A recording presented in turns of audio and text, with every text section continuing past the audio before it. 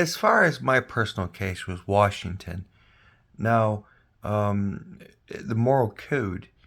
If I claim that my constitutional rights are being violated, there should be processes that are afforded me. There should be things in the court, 14B District Court, that would allow me a constitutional trial.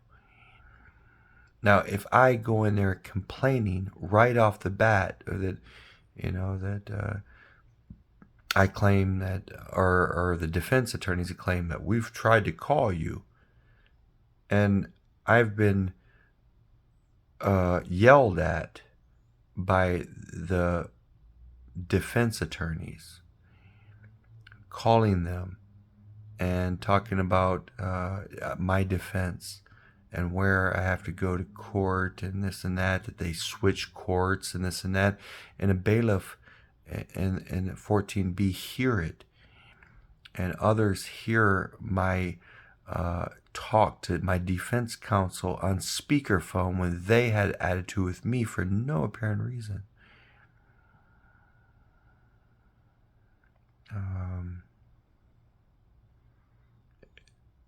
To everything, there is a moral code. A lot of people think about legalism, and they get scared. Why? Because people fall short of the glory of God. They're all guilty. They're all guilty because they fall short of the glory of God. I'm not saying I don't fall short of the glory of God. I'm not saying that.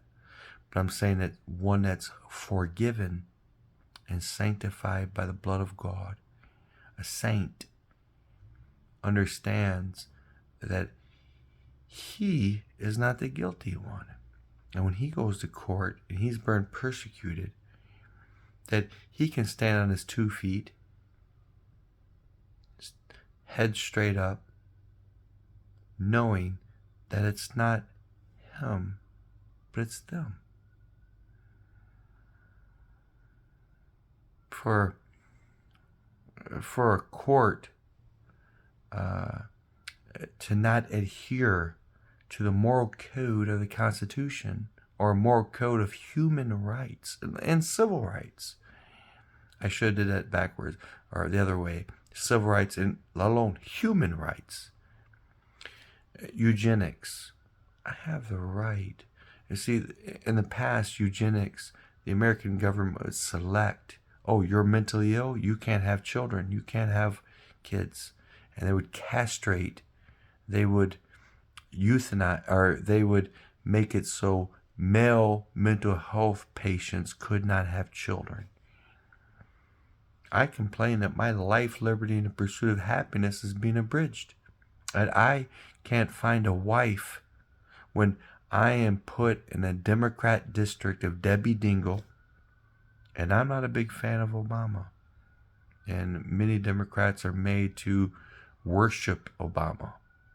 And I'm stuck in a town that is highly Democrat. Now, I was here, I got brought in this house because my dad was murdered.